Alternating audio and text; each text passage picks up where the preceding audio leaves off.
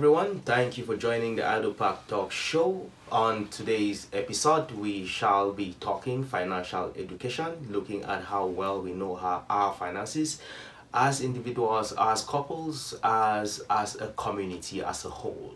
And to help us do that, we have invited a very good friend of the show. His name is Joseph Asonganyi. He is a financial professional, and he will be talking about helping families understand their finances, how we can grow wealth, and how we can protect our assets. Thank you very much for joining us, Mr. Asonganyi. How are you feeling today? Very, very good. And thank you for the kind introduction. It's been a wonderful, wonderful idea joining you guys on this show. And we hope to have many more people subscribe and join this show because there is a lot of information you can learn. There's a lot you can get. And I just want to thank you for having me here today. And Ready to go? Yeah. We'll have a good conversation. Yeah. Okay, so I guess we just dive right into it. I understand that you do not have a background in finances, right? And how did you come into the financial profession? Okay, a little bit of background everybody has, but maybe not deep. A little bit of background. We grew up doing business, selling bananas. Okay, I don't want to go too far. I got a bachelor degree in management, so everybody wanted to be a banker, you know. Yeah, that's a big kind of profession, right? Yeah. So, but when we traveled overseas and we came to Canada, you know, life changed. It's all about, okay, let's work for the money, let's get the money, and then after work. Then we realized that everybody's just working and getting money, living paycheck to paycheck. And then at the end of the day, we don't even know where our destination is going to be, right? So, and when you understand the depth of finance, it changes your mindset. Mindset is key. Interesting. Yeah. Is there a particular incident that got you thinking about your finances personally? Or a personal situation, I don't know. Because most people don't until something gets you to think about it, right? Yes, for sure. What if I tell you today that you're going to retire poor? You're going to be happy. Oh, that's a big thing. I'm definitely going to look into it. Yeah. Oh, exactly. So when do you think people come to that realization that if you don't plan for your retirement, you most likely are going to retire poor? You see, it takes a big hat to accept facts, right? So if I tell you, oh, yeah, you're going to retire poor, the first thing is, no, I'm not going to retire poor. I know what I'm doing. I am doing what everybody else is doing, right? 90%, they say 91% of Canadians are the middle and the low income earners, right? Why we get a 9% rate. But because I'm part of the 91%, I feel like, oh yeah, I'm doing well. Yeah. But groupthink. Exactly. Yeah, majority. We always say majority wins, but unfortunately, in this instance, it's the majority that's losing. Yeah. So. When you say retire broke, can you paint a picture of what that life of retirement looks like when you're broke? Okay. When you ask people, like the general question is, what are your plans for retirement, right? What will you say will be your answers? People say, oh yeah, it's going to be too expensive to live in Canada, so I'm going to go back to Cameroon. Maybe that's that's your thought, right? As an immigrant, I think that's how I feel about retirement. Exactly. But look at it another way. Some people say, oh yeah, I'm going to take care of my kids going to take care of me. Exactly. Right? That is, yeah. Okay, yeah, but people say that. But how realistic is it? Yeah. If your kids end up in a place where you are, where they have to live paycheck to paycheck, they can only maybe take care of themselves and their families, right? Exactly. So if we come to that understanding that our kids are not going to take care of us, then we are on the right track. If we come to an understanding that going back home is not the best solution, then we are on the right track. And then the question comes down to, what are we doing to give us that retirement, right? If we come to another understanding that our business right? It's not going to give us that return. It may, right? Because we're not just being categorical here. We're kind of, put in assumption. Yeah. If we come to the realization that our business is not going to give us that retirement that we so desire, then we start looking for more answers. Yeah. What is going to give us, because we need something to give us that retirement, Yeah. right? And a lot of people say, oh yeah, okay, what's happening in Canada? We got CPP, Canada Pension Plan, okay? It's gonna pay us some money when we get to retirement, but how much? Do you know how much? Okay, now we gotta go to Google, or we gotta go to CRA website and find out how much pension we're getting, right? A maximum of 1,200 a month for 2021. Okay, and then the next issue is, I'm gonna be old, so they're gonna give me old age security. How much are they giving now? Do you know? I have no idea. Exactly, that's what we don't know, but already we had answers. That we had some answers that the government is going to give us what we don't know. We don't even know how much. You see, so we're just counting on something we don't know. Yeah. And some people say, if I retire and I don't have money, I'm going to get GIS, guaranteed income supplement, right? So the government is going to supplement for those who don't have enough money. But how much is that enough? 19,000. A year. Yeah. So if you retire and you're not making up to 19,000, then the government can start giving you. You need to really see the chart. When you look at that chart, you're gonna understand that if you're making 19,000, the government is gonna give you maybe like $25 a month As a supplement. as a supplement for being low income and being a retiree. So those are the facts. So in a summary, a lot of people are counting on, give or take, $2,500 a month on retirement. Which is not enough for anything. Exactly. Considering what's going on now, right? Prices will be up. It's gonna be a hard pill to swallow. Have you thought about your retirement? No. Is this a conversation that might get you to think I about guess, how you retire? well, I have thought about retirement, probably not in detail, right? Not in detail amount, but like, how do I want to live? How much change in the life is that going to be for me? But it's important to sit down with the numbers and really know what this means in America, because it gives you a different picture. Would you agree or disagree? I feel like there are too many products and services out there. Some of it very conflicting, some of it very confusing. A common man on the street might just not want to look into them.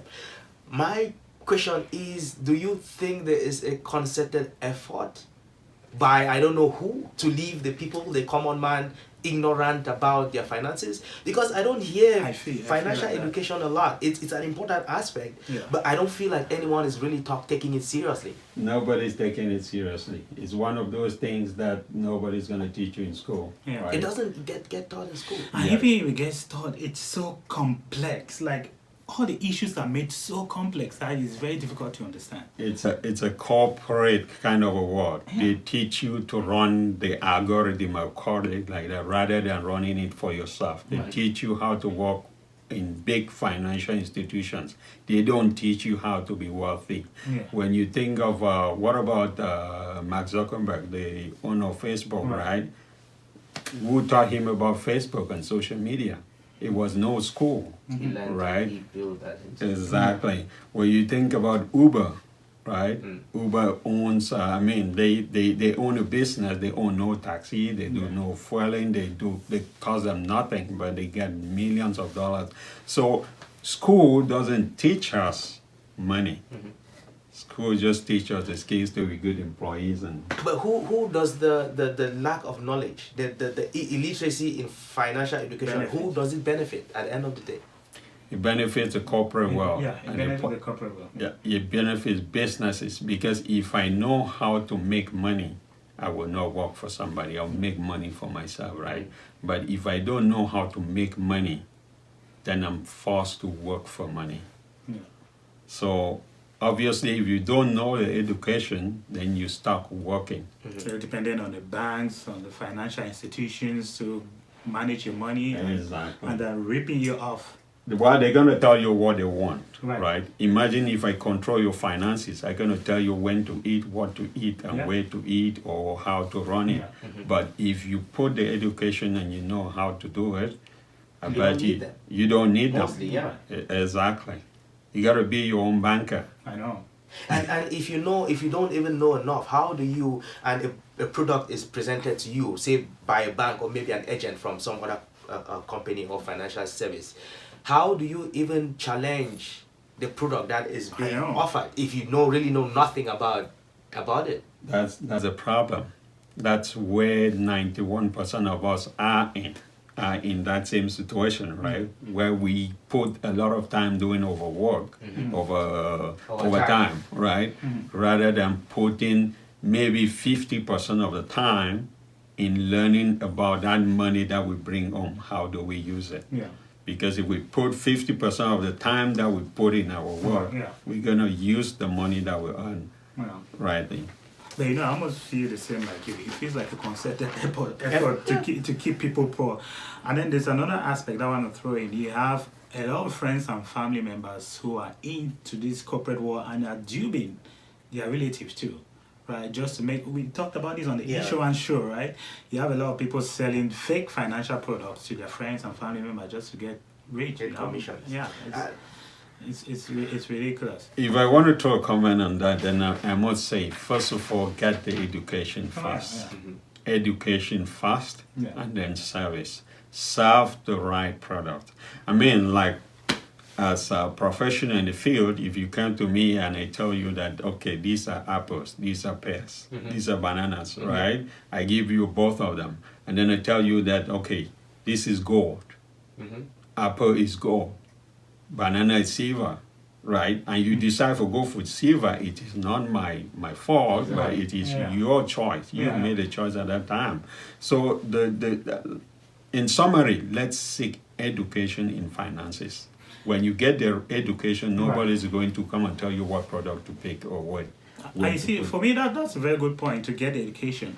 But there are people, like Ason said, they have a concerted effort to deliberately omit information or to particularly insert false information, and then they're giving you a false choice. Just to make it complex and difficult to understand. And this is not, we're not trying to bash it. Yeah, it's not. We're just speaking in general, right? Because we've done a lot of show around this issue, and it's very disheartening. It seems there seems to be a universal agreement, not universal. We seem to kind of have an understanding that sometimes the services or the plans out there people are consciously making it difficult. Yeah. You know, in every aspect of life, there is a positive and there is a negative. Okay. Like, if I show you a product today, that product may be growing slow, but it may be stable. Right. I may show you another product that's growing fast, but it's unstable. Right. So, but in terms of people, it is a malpractice that is not allowed by the insurance industry. So it is a malpractice that we don't encourage. But you agree that a lot of people do that? Well, I won't agree. I won't agree, but I will tell you that it is the lack of education. Everybody has to invest in that education. Right. Nobody should be teaching you things that you should know. That would be my take, right? Yeah. Because nobody's going to come today and start telling me things that I don't know. I'm going to read the books. Yeah. I'm going to know what I'm getting into. I'm going to spend some time, do some research before I put my pen to paper. Oh, that's true. Yeah, that's very cool. So, speaking of retirement, for us immigrants, I feel like it's a little bit different. I mean, you already alluded to this fact that we're considering retiring and going back home. Some people have to reconsider that, oh no, we have children here, maybe we might need to focus on staying here. And so, as a general principle, what is your take on that for retirement for immigrants? Well, we came here because here is better. Right. Here will continue to be better, right? So if we're thinking that we're going to make 3 steps ahead and then 5 steps behind, and we call that progress, then I think we have to have a rethink. right? This was the same thing that bucked me into getting into this industry, because first of all, the general idea, we need to disassociate ourselves from the masses if we want to make a difference. The general idea is, oh yeah, okay, we can make a little bit of money, $100,000, $200,000, go to Cameroon, start up a little bit of business. But are you okay to deal with the insecurity, right? Are you okay to deal with the lack of water and electricity and all whatnot that's going to come your way, right? Do you want to live the good life and make that 5 step behind to start dealing with those issues? But the big question comes at the level like, how are people making it successful here? Right. You have an escape route today. You have cousins, families at home. They're gonna recognize you. They're gonna help you do a couple of things. Okay, when you're gone, what about your kids? Do you think they're still gonna face the same situation? Do you want to face it now and show them the way so they have a brighter future, or do you just want to leave the whole family like that? So those are some very strong questions. Those are a little bit more philosophical questions that you have to consider as an immigrant, right? I was in Cameroon recently. The general conversation is like, oh, see that guy, I'm going to speak pidgin. See that guy, and I had to be that attached. That one for Canada, and I had to be that attached with him. Oh, see that one, they don't buy a motor for a power, blah, blah, blah. So there's a general notion that if you're not really, if there's not a physical investment in Cameroon, you're not doing anything. And people have this slight comments or whatever with some sort of comparison, or this guy's in the US is doing this guy's in Canada is doing this, what are you doing? Because they are not seeing anything physical that you're doing on the ground, right? So it almost makes you feel like a failure if you don't have anything in Cameroon. Because, people just feel like you pick money and you should just have like 20-story buildings in Cameroon. But you bring up an important point that there are a lot of things to consider, right? I mean, it's valuable to invest in Cameroon, but what are your children who are born here probably do not have the same relations like you do in Cameroon right now? What about them? Like, how are they going to do this? Exactly. So, I mean, like, those are questions that we need to ask before we make certain decisions. But the reality is, the big thing, you got to tackle it hard. Right? How are people making it here? How are people retiring here? Have we checked the cost of maybe long-term care here? Right? Because that's an important area where we're going to end our lives. Our kids and family, they're going to have their own mortgage, have their own job, running the same stress, the same rat race, like rat race. He says running the same rat race like us, right? Do you think they're gonna have time to come and take care of you? So the issue lies on each and every one of us. We're gonna make that decision. We're gonna face it, right? Because if we don't face it, no one else is gonna face it. If we like to invest back home, that is good. It's good. But I think it's something important. But that's why I really say it's a philosophical question that you have to look at it deeply. Like, how much do you want to invest back home and how much do you want to invest here? Are you trying to please people back home? Are you trying to, live here and then establish your life here? Because think of the number of people who are being buried here. The number of people who came here as immigrants who are being buried in Canada. It wasn't like that back in the days. If you died, everybody went back to the village. But there are a lot of people who died and they're being buried. Think of the Cameroonian community 5-10 years ago. What is it right now? We have a massive community here. It is good that you're seeing the numbers, because the question is, how many people are actually retiring back home? How many? A lot of people claim that, like, we say, I'm tired. This Canada, they work and stuff every day, and they go back to me or Cameroon. But how many people, the road to the airport, but not a lot of people are going there. Because that's where the truth lies, right? Let's look at the number of people who have actually packed their bags at 65 and go back. No. When they can walk, some people may try go back 3 years and they are back here. And then we're looking for work at Home Depot, right? Or Rona or Walmart or whatever, because we need that income. Remember, the $2,500 is not going to help you do anything. So what do you say to people like me that think it's a good balance to try to balance it, like, have a little something from where it came from, but for me principally I think my focus is invest more here, but have something back home. What do you say to people like that? I think investment, offshore, onshore, it's investment. So Right. far as it brings you returns. Right. Right? So if somebody is investing back home and that investment is bringing him Income. income, Good. Yeah. that's a good So that's a good principle, That's right? a Something good- that brings you income, and I think that's good principle to follow. Exactly. No. That should be the goal. Yeah, It something that shouldn't brings be you- like, okay, I'm investing because I'm going to run back Back there up. when things get tight here. I should invest so that when on my retirement, I'm having that $500 coming Coming in. from I Coming think that's a in. good principle, right? So you're not really shunning people from investing back home or only investing here, but something that is income generating. Exactly. That should be the goal of That should be every- good. Yeah. So now that we know that we might not necessarily be running to Cameroon for retirement, I would like to ask, again, because like I said, We might. I have not really thought of retirement in this way until now. Is it too late? Is it too late or too early Yeah. to start planning for retirement? It's never too late, Yeah.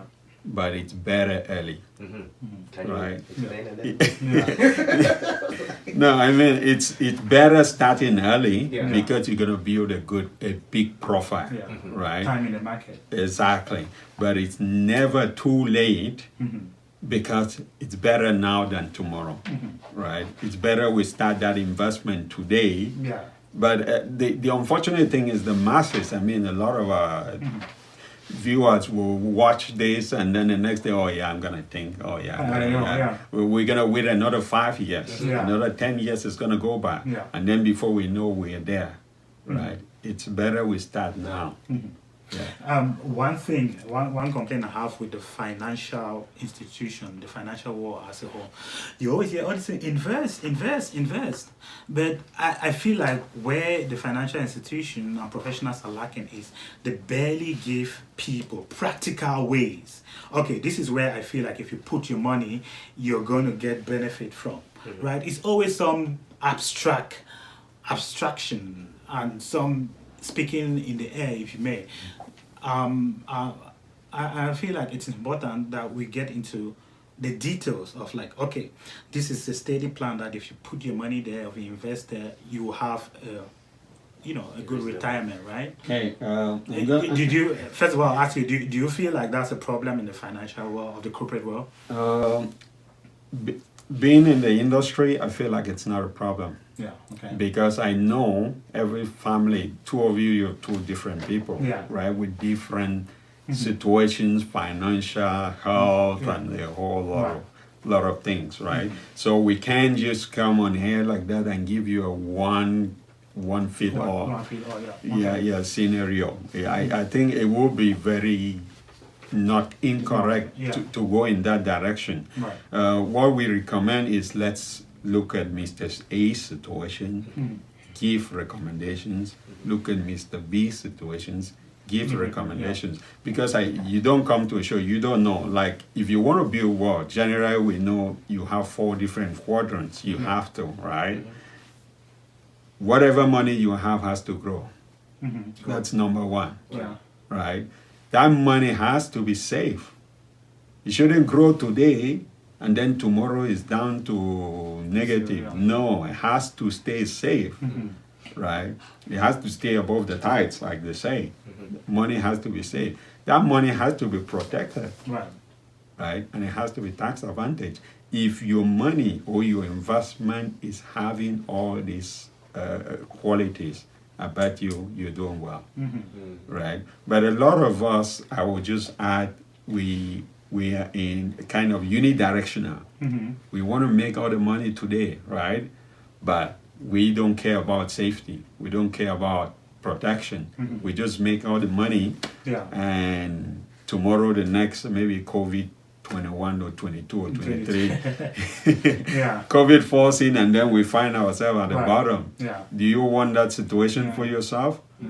No. It's a personal question, right? So people will say, "Oh yes, I better make the money," and then yeah. So give me the mindset of a financial professional. Like, what mindset do you guys take when you're trying to advise a family? I know you say try to individualize plans for people, but how does that look like practically? Not get your canola oil. Practically Double, every almost house, triple the a price. financial family or a financial home is just like a house, right? Yeah. When we want to build a house, where do we start? Foundation. We do a foundation. Exactly. You got to get that financial foundation solid.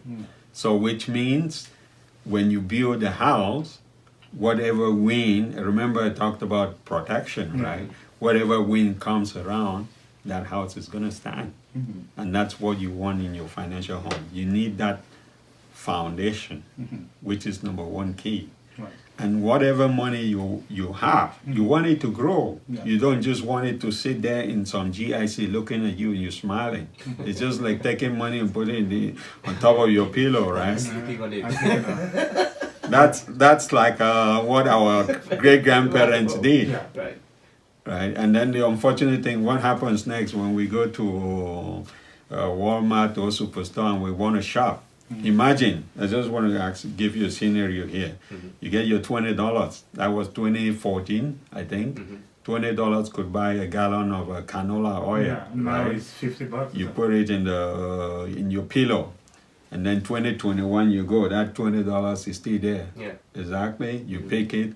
And then you go to the store. Is it gonna be? So when financial professionals talk about growth and growing wealth, what does that mean? What does that look like for a common man who is living paycheck to paycheck and having very little money to do anything with? To grow wealth. In summary, to drive a car, you gotta sacrifice money, right? You gotta buy it. Right? To grow wealth, a lot of us we say we don't have money. But if you don't have money, then you will never grow wealth. Or if you can sacrifice a little bit, it's not like you have to start with 1,000 or 10,000. No. If you can sacrifice $25, a lot of investments now they're starting as low as $25. If you can sacrifice $25, you're gonna grow wealth. Yeah. Right? Remember we talked about time. Imagine your kids, because it doesn't mean like if we can do that, if your kids can sacrifice $25 when they're doing nothing, imagine you who is doing something. In summary, a lot of financial professionals or a lot of books tells us you have to, it's a minimum 10% of your income has to be saved. Yeah. Yeah, it's a lot. That's a recommendation. So if we're making, say, $10,000 a month, you have to minimally save $1,000 a month, right? $5,000 a month, we have to save $500 a month. But is that what we're doing? Not necessarily, no. Why? Because we don't have money. Paycheck to paycheck. I'm just kidding. But I mean, that is a very good point. Like you can't grow something that you don't have in the first place. Exactly. So you need to make those sacrifices and start with something. Like you said, $25 might sound like nothing, but over time it's gonna be. It grows, right? If I do an illustration for $25 over 30 years, you're gonna be amazed with how much you get, right? It's the same thing. One important financial principle is the rule of 72.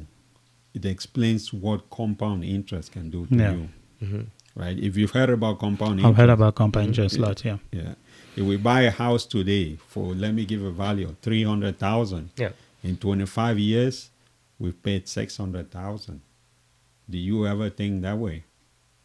No, not really, no. Never, right? We keep thinking we're paying.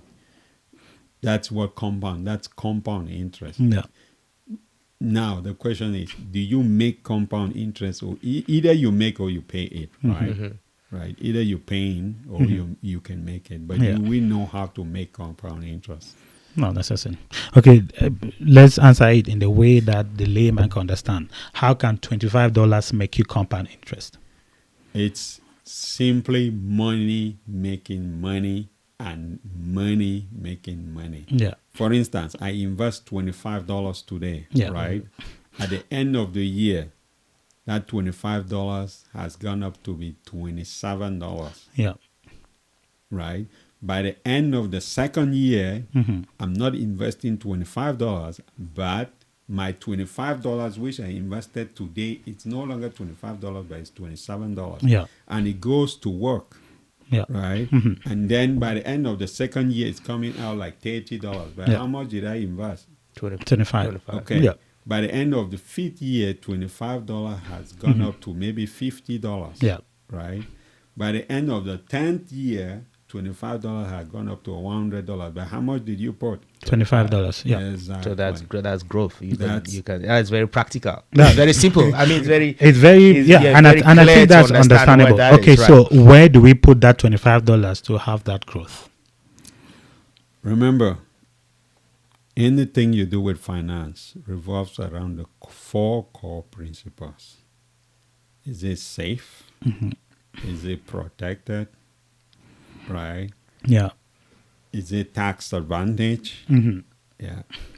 Because if we're not investing, I won't just come out here and tell you that, okay, go and put your money in this product, go and put your money in this product, right? It is some of those things that you don't like, but it is something that we sit one-on-one. I can Yeah. give you the option Yeah. practically, Yeah. right? But I mean, there is, like I said before, there's no one fit No all. wonder. Yeah. I understand that, but can we have a few examples of things that you can put your money there and that $25 can become like $50 in 10 years? Okay. Just as an example, there's a product out there. You go to the bank. All of us, we go to the bank. What do they offer us? Checking account, savings account, GICs, right? Mm-hmm. I think we know what GICs are. Can you explain? Guaranteed investment certificates, right? So it's just like, okay, the bank tells you that bring your $25, we're going to give you 1%, right? At the end of the year, they calculate 1% and add to the $25. Yeah. That is, it is safe, Mm-hmm. right? It's protected. So you're not going to lose your $25. But you're getting $25 and how many cents? That's where the problem is. Yeah. It's not growing. Yeah. Right? So, but have anybody ever told you about a segregated fund? No. Okay, we don't know. Okay, let's research about it. Mm-hmm. That's something that we can research about it. Mm-hmm. It has to be, it's safe too. Yeah. Right? And it has a better return than the. So why would the bankers not tell you this? It's corporate. Banks work for who? Exactly. You see why we see you. So you agree with all that It is goes back to the concerted effort to keep to give information us- from people. Well, I don't work for a bank. No. I know. Of I'm not course, saying you you. understand. This is not an attack on your personality, but it's just an observation. I haven't done this show for quite a really while bit, now. Yeah, it feels like a concerted effort. Yeah, go ahead. Yeah. So segregated account. Yeah.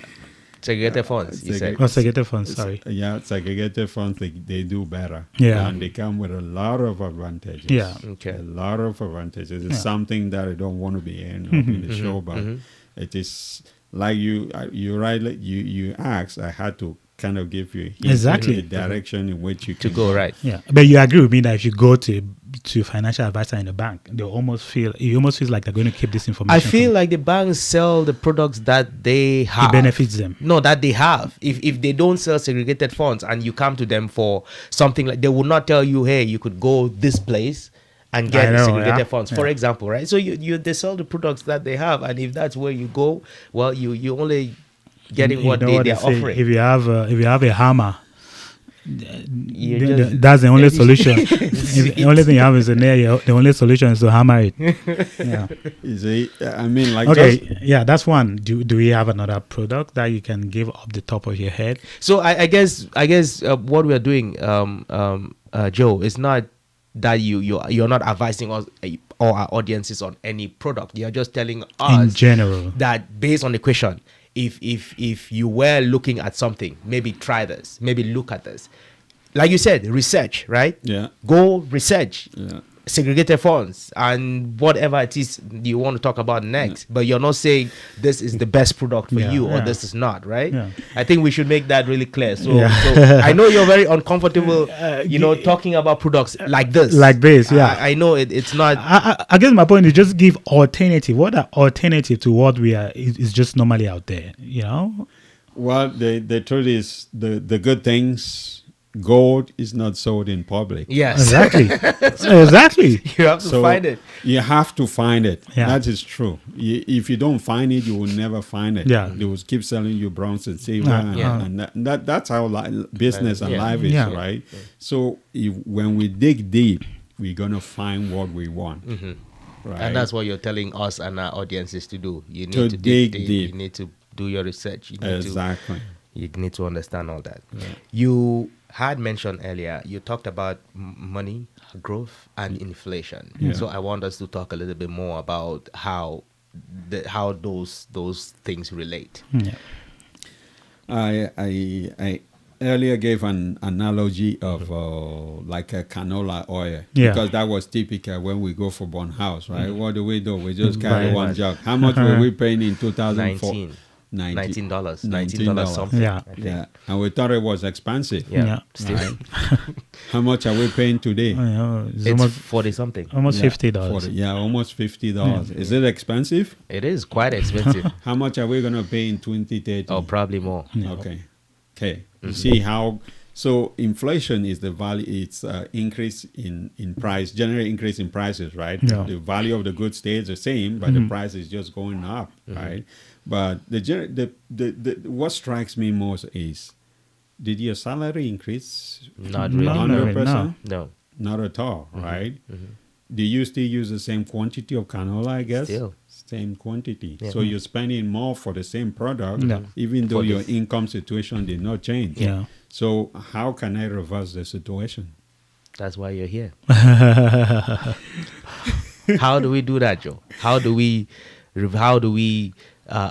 grow our money in a way that helps us beat the inflation or meet the inflation or something That's like that? that's the word, right? And all of us gotta go digging, right? We gotta go digging for the gold mines. Yeah. Like, okay, where do I need to put my money? That's gonna average 6, 7, 8%, 9%, so that when gas prices are going up 50%, I can still buy because I have somebody working for me. Yeah. Right. So that's where our mindset need to switch. Not put that money in the bank and look at it, but put that money to work. If I ask a general question, when will you retire? If it's for me, I'll retire tomorrow. But yeah, No, generally we're looking at 60, 65 years. Okay, you see, you make the first error. You point in years, age, Yeah. right? You retire when you can, Yeah, when you the see. finances Allow permit you you to retire. Exactly. And that is true because you had mentioned earlier that people retire at 65 and they the go back next to month work. they're working. Yeah. Exactly. So again, yeah, you're right. It's not the age. Now it's how much Yeah. How much money that you make? How much If I money? have 10 million in my account, I'm you retiring tomorrow. retire. Exactly. Yeah. Yeah. Exactly. You don't need to go back to the No. work again.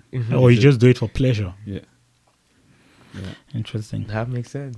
That makes sense. So, if is there a ratio if I was wanting to put my money somewhere, is there to be able to catch up with inflation? Yeah. Is there a certain percentage of returns I should be looking at before putting money? Exactly. You gotta look at the numbers. You have to look at the numbers. You have to look at where you're putting your money. But remember, anywhere you put your money, you have to think about safety. Number one rule of money: never lose money. He says it. I think it's everyone ends up poor. Never lose money. Could you put it up? Could you put it up so people? Yeah, I don't know. Yeah, Yeah. it's Yeah. good. Yeah. Never lose money, right? Yeah. Simple. First of all, wherever you go, people will tell you invest in the stock market. That's good, Yeah. right? Maybe some of us will do stocks. Maybe some of us will do Bitcoins. That is great. It's going to give you money. Maybe you're going to even beat inflation and beat all what we're talking about. But is it safe? Are you guaranteed those returns? Yeah. Are you sure that if something happens in 2035, you're still going to be rich? Are you going to lose 60%? Remember the Great Depression? Yeah. People lose 60% of investment. Even COVID in 2020, People lost. Oh, yeah. people lost 60%. So which means your maybe 60,000 or your 100,000, if you Or lose 60,000. yeah, Or 40,000. lose 40,000. Yeah. And the scary thing is, imagine that was the year you were planning to retire. You're not retiring. You're going to Yeah. retire. So that's why if you're doing investment, if you want to grow wealth, you got to think. Don't just think about the fastest train, but think about a train that's going to take you to destination. Slow, steady, still beating inflation. Yeah. Perfect. You did, in our previous conversation outside the show, of course, you did mention that you've read a couple of books. You have a few books. Any books of interest that you want to maybe introduce to our viewers? I just have a couple, right? This is 10 Secrets Revenue Canada Doesn't Want You to Know, right? It's a book you can read if you fast 2 weeks. It tells you a whole lot. Why are we struggling with money? Why are we struggling with finances? I don't want to talk politics here. Yeah. You're right? free to talk politics if you want. Our show there's no Yeah. limit. There's no limit to the conversations that we're having here. I So if you understand. want to talk politics, Yeah, go yeah, ahead. I mean, go ahead. Talk But politics. I don't want to be political, right? Yeah. Okay, let me ask you one question. Okay, take a situation. How many days do you work a month? Oh, a lot. Well, let's consider a year, right? You Yeah. work 12 months a year. Yeah. Yes. Okay. What if they pay you 8 months and they don't pay you the 4 months? It's going to be a struggle. You're going to work? No. Maybe not. Okay, what if they even pay you 6 months and then they don't pay you the rest of 6 months? Yeah. Why am I going to work if I'm not getting paid? I'll probably quit. Yeah. Okay, you see, that's where the problem starts, right? But did you quit your job yet? No. I expect you to quit. They're paying me 60% of. Exactly. You're talking about the taxes? Exactly. Oh, yeah. Oh, yeah. Oh, now you agree. No, no. Oh, but Now it's it makes terrible. sense. It's terrible. You know what's really sad? During taxing period, you look at how much you made, and then you look at How much goes? how much goes into tax. It's really sad. Okay, you know the sad thing is when you look at the savings, don't even look at the numbers. Look at your salary and look at the savings. Yeah. It's even much It's more sadder. painful. Yeah. Right? People making 100K, but at the end of the year they don't have 10,000 in the Saved anywhere. savings. The 10% doesn't apply. It doesn't apply. It's difficult. Yeah. Okay, number one rule, if anybody wants to take out anything today, pay yourself first. A lot of people say, if you don't do it, we say a lot of things, we think a lot of things, but only action pays, right? If we don't do it, I bet you nothing is going to change. That action has to take place. Pay yourself first. When you receive that 5,000, take that 10%. And That's go. you. That's for your security. That's you. your savings. That's Yeah. Yeah. everything about you. Yeah. Yeah. That's a good principle to start when you're growing wealth. Pay you. Everybody says it. All of these books, they're going to tell you, pay yourself first. Yeah. 10% minimum. Because it's you who is working, right? Imagine you're working 6 months for free. Yeah. That's 6 months for free. No. Do you like it? No, Maybe I just don't. made it much more uncomfortable. I know. now. I thought that taxing season is a really sad period for me when you look at how much you made and how much goes to the government. Yeah. Well, any other book? Any Okay. other book before we Rich wrap Dad up? Poor Oh, I Dad. know this get- guy. A lot of people read this one. Quinones, what's his name? Kiyosaki or something. Kiyosaki. Yeah, Robert Robert Kiyosaki. Kiyosaki. Yeah. I follow him on Everybody YouTube. have read about Robert Most Kiyosaki. people, yeah. Yeah. You gotta take maximum tax advantage.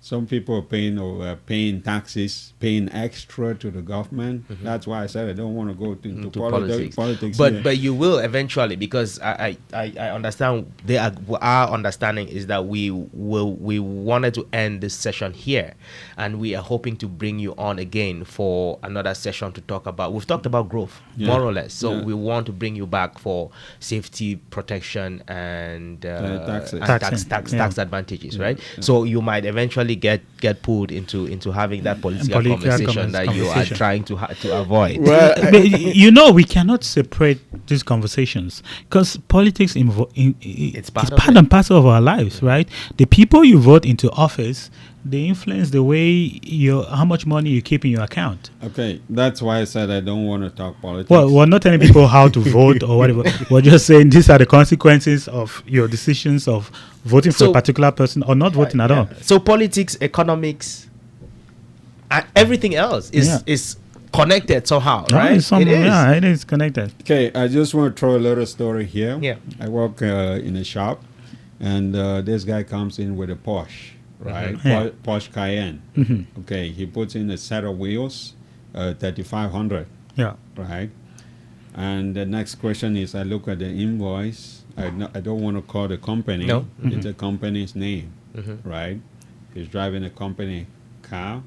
He's probably falling under company receipts. He's living in a company house, and he's basically keeping his salary, right? Yeah. Are we doing that? No. Can we do that? Yes. Is that what you want to do? That's what we should be doing. Exactly. So that would be a good conversation because again, the tax advantages and all that. You have to. You have to. If you don't think about it, then sorry for you. You're gonna work 6 months for free. Thank you. Right? Somebody's just gonna sit somewhere and say thank you for being a good employee. Hi, good morning, welcome. So we talked about growth. How does this look like in a family situation for people who have kids? How do you teach your kids when they're young how to grow the little money that you have? That's why I said you gotta lay a good foundation. Yeah, lay a good foundation starts with protection. I know you don't want me to go into details into that. You gotta start a good protection plan. You gotta make sure you got a savings plan, right? All of us, we get a little support from the government, but the mistake a lot of us make is we take that money, we put it in ROESP, and we think we're doing good. Yeah, great. At least if you're doing ROESP, I don't discourage it. It's a good thing. If you come to me and say, oh yeah, I want to do ROESP, I'm gonna open you an account. I'm gonna create one for you. I'm gonna put your money. You're gonna get some returns. But if you ask me, is that what the decision I'm gonna make for myself? I'm gonna tell you no. Go to your banker, ask him what do they do for their families. If they're serious, I know some people just work and type numbers, right? They don't really do the work for themselves, because you still find people working at a bank and ending up broke. Yeah. How did that happen? You manage money and then you didn't manage your own money. Enough, right? Right. I've seen a lot of broke financial advisors. Exactly. Lots of them. So you still did not answer the question, but we're coming to the end. Like, how do I teach my 4-year-old daughter? What are the little things that I tell them about money that is going to help them? Telling them about money. Remember when we grow back home, if the kids talk about money, say that's a spoiled child. Yeah. It's culture. Bad picking. Rich dad, poor dad tells you at his age, you have to create money. You have to create wealth. With wealth, you can do a whole lot of things. Without it, you're so much limited. Yeah. Right? So, first of all, you don't want to teach people what you're not doing. Exactly. You want to start teaching your kids how to grow money. Yeah. Are you growing money? Yeah. If you grow money, I bet you they're going to learn from you. They're going to learn from experience, right? A lot of us, we learn from experience. Yeah. So first of all, we got to get the education right. We got to get the services right. We got to be on the right track, and then it's easy for us to pull people along, even our family, even our wife. Yeah. Sometimes we talk about finances. Some families think that, oh yeah, finances, my husband is handling it, my wife is handling it. I don't want to say any Canadian language here, but it's all BS. It is. You can say BS here. Yeah. exactly Yeah. right. Yeah, I still struggle with the practicalities of this thing, but we're going to have you again on the show, and then we have to discuss like practical things that people can do with $25, so that it can become $50, it can become $100, because I feel like that's what people need. That's what we. Yeah. Okay. So we have you. We're going to have you again on the show. We've talked about growth. We're going to have you for taxing, for Safety. protection, and for safety. Okay. Okay, sure. I'm gonna do my best, but I'm not a tax expert. But No, I'm no, gonna- we would. Yeah. But we're going to come back and do this thing practically. We had fun on the show. I don't know if you have any other recommendations for our viewers. Okay, I got a couple of books. 10 Secrets Canada. Yeah. Revenue doesn't want you to know it's a good book. Yeah. It tells you a whole lot of things. It tells you why we're in this mess, Yeah. right? We're in this mess because somebody's sitting out there and just squandering that money. After all, we're going to come back. Property taxes. Tax Exactly. this, tax that. Do you have a choice not paying? No. Do you want to have a choice not to pay? Yeah, of course. You want to read this book? Yeah. You want to make it different? Okay, good. Now, it says The Wealthy Physician. It's not written for doctors. It's written for anybody who wants to be wealthy. Mhm. But do you want to make the change? Do you want to take over time, or Yeah. do you want to spend time reading something that's going to change your life? It's a good recommendation. I also have this one. Everyone ends up poor. It's not a lie. 91% ends up poor. Why? Because we follow glittering. They say that all that glitters is It's not a gold, gold. right? Yeah. We follow glittering. And then at the end of the day, we end up in the dark. Yeah. And the last one I had today, I had another one, Rich Dad, Poor Dad. It Yeah. just tells you. A lot of people, we have houses. What do we think about our houses? Oh, yeah, that's my assets. Good luck. It's not an asset. It's just a bloodsucker, right? It's just a what? It's just bloodsucker. Well, Just sucks money out of your. Yeah. Out of It's your just sucking- account. Sucking you dry. Yeah. It's just- Technically. it's a good way to invest. I mean, I have one. Yeah. Right? It's not like, but can I do different? Sure. Right? I mean, that's not the only direction. Yeah. Yeah. An asset, by his definition, I told you I read economics, BSc, management. An asset, by his definition, is something that earns you money. Yeah. That's giving you something. That's giving you cash flow. He Yeah. calls it cash flow. Cash flow, yeah. That's what a real asset is. Yeah. It's not something that's sitting there, you're watching, putting Put money in, You inside. keep Yeah. putting money Yeah. for hoping that the market's going to be good, right? Yeah. when you decide to sell. Good luck. Very good information. If people want to contact you For any reason. for any reason, Well, my cell number, it's always been the same for those who know me. For those who don't know me, it's a 403-390-4104. And my email is asonganyi.joseph@yahoo.com. Very simple, right? And would have the information on the and then- description. Yeah. Yeah. well, we're going to have you again on the show, okay? Yeah. Well, Joe, this was a very interesting conversation. We learned a lot, and it's always good to talk money because that's why we live.